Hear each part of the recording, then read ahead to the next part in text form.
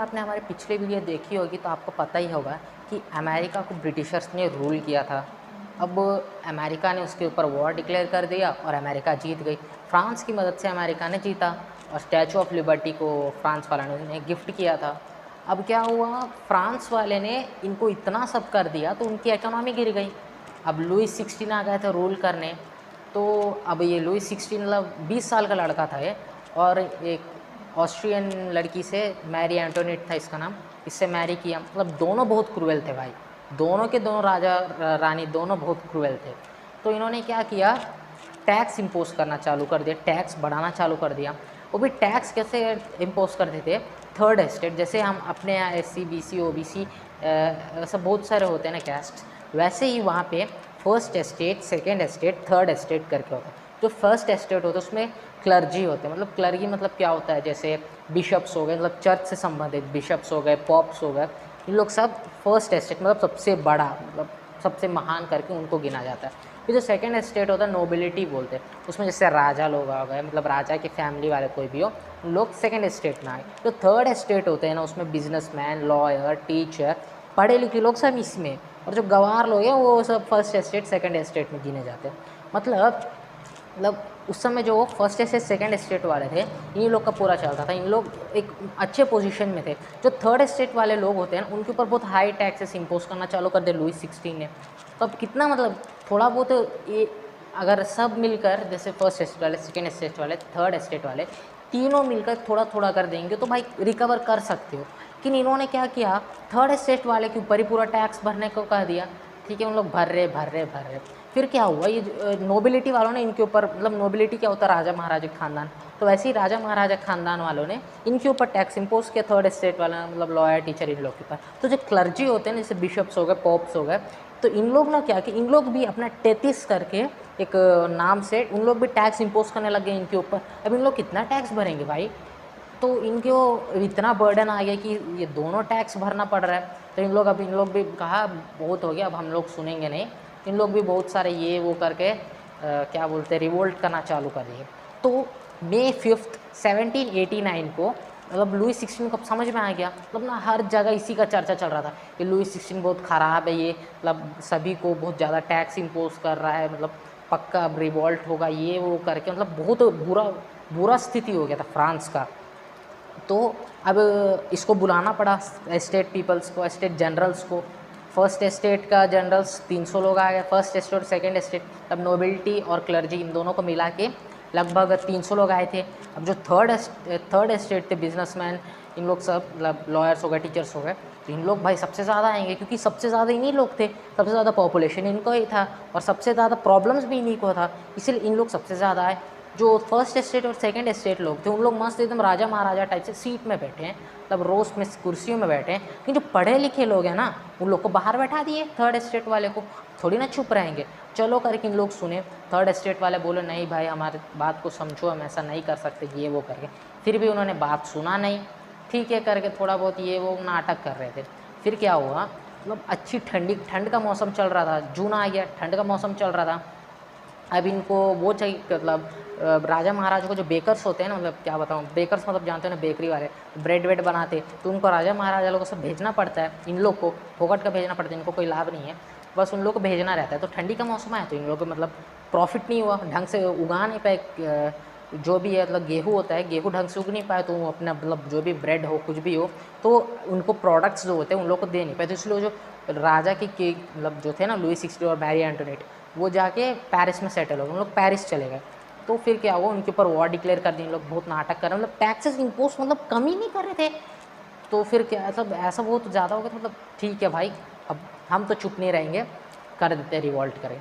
War declare कर दिए, war चालू हो गया। तो इसमें क्या हुआ, कई सारे ये लोग वो लोग पार्टीज लोग आ गए।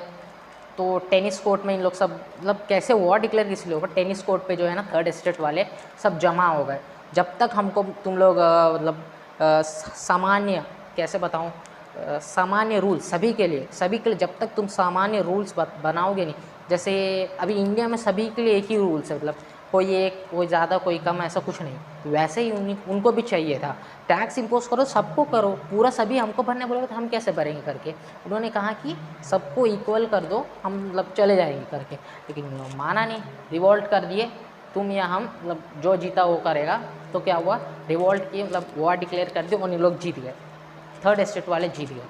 थर्ड एस्टेट वाले जीत गए ना, तो क्या हुआ, मतलब उस पार्टी थर्ड एस्टेट वाले को मेन जो चला रहा था ना, जैकोबिन्स करके एक पार्टी था, उन लोग मतलब वही था जो थर्ड एस्टेट का हिम्मत था, लोगों को वही चला रहा था, ऐसे करो, डायरेक्शन देना, मतलब तो उसका जो हेड था वो रॉबिस्पियर था। अब क्या हुआ, रॉबिस्पियर आ गया रूल करने, उसका जो रूल था ना एकदम खतरनाक टाइप से रूल था।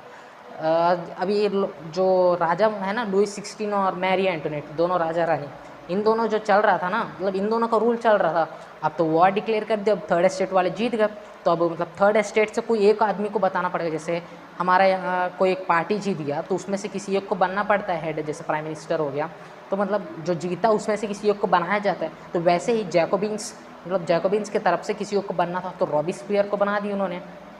जो रॉबिस्पियर एकदम खतरनाक टाइप का आदमी था, जो उसको मतलब उसकी बात नहीं मानता था ना, वो गिलिटिन कर देता। गिलिटिन मतलब ना एक ऐसा रहता था, यहाँ पे गला फंसाते थे और ऊपर से एक चक्कू टाइप से आके से गला कट जाता था।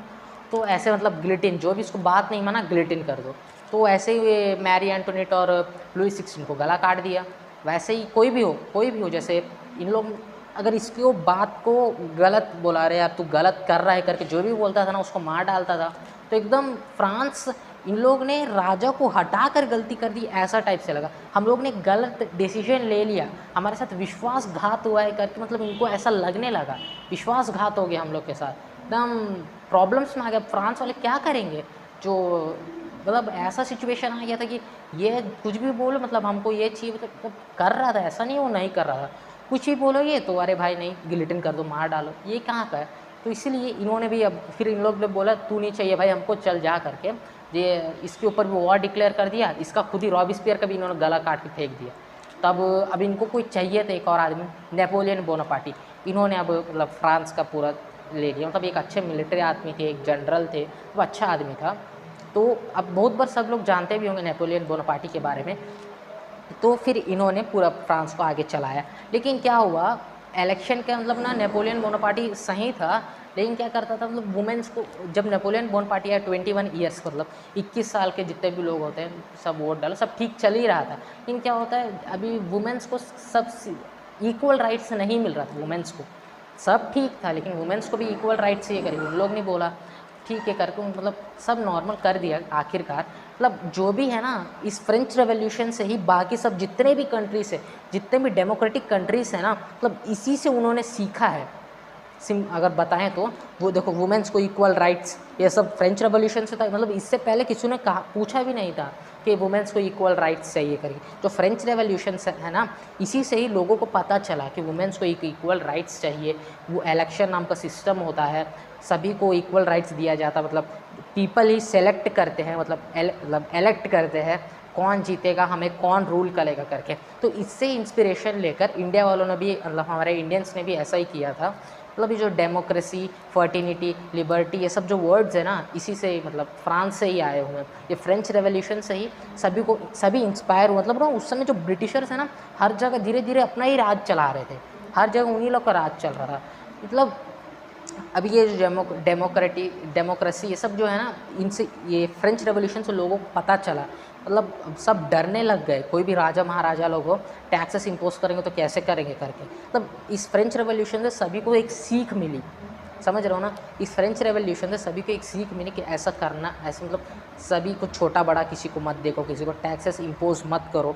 अब यही मतलब नेपोलियन बोनापार्टी ने यही किया, सभी को इक्वल राइट्स दी, सभी को सही से देखा, किसी को कम नहीं किया, किसी को ज़्यादा नहीं किया। मतलब यही तो है, यही तो मतलब कॉन्स्टिट्यूशन में, हमारे कॉन्स्टिट्यूशन में वही तो लिखा गया है। मतलब हमारा कॉन्स्टिट्यूशन के कई सारे शब्द, मतलब जो भी हैं, कई सारे राइट्स, मतलब इस फ्रेंच रेवोल्यूशन से, जो फ्रांस के हैं उसी में से कई सारी चीज़ें आई हुई हैं। मतलब फ्रेंच रेवोल्यूशन सभी के लिए एक इंस्पिरेशन है। तो वैसे ही मतलब उन्होंने, इधर गड़बड़ हो गया था, मतलब अमेरिका को मदद की फ्रांस वालों ने, लेकिन आखिर में गड़बड़ हो गया फ्रांस वाले के लिए। तो बस एक बहुत लेंदी वीडियो हो गया लगता है। तो बस मैं आपको यही बताना चाहता था कि हिस्ट्री कैसे बदली, हिस्ट्री मतलब रेवोल्यूशन कैसे हुआ, हिस्ट्री क्या थी, मतलब डेमोक्रेसी ये कहाँ से आया, डेमोक्रेसी शब्द। दोस्तों मैंने पिछला वीडियो आपने देखा नहीं हो तो ऊपर आई बटन में दे रहा हूँ, अब जाके देख लीजिएगा। मतलब आपको क्लियरली समझ में नहीं आएगा जो मैंने बताया, समझ में तो आ ही जाएगा फ्रेंच रेवोल्यूशन करके, कि ये फ्रेंच रेवोल्यूशन हुआ किस लिए था, मेन कारण क्या था। अगर आप इसके बारे में जानना चाहते हो पिछला वीडियो को आपको देखना पड़ेगा, ऊपर आई बटन में दे रहा हूँ पिछला वीडियो को, जाके देख लीजिए। और वीडियो अच्छे लगते हो तो लाइक करना मत भूलना।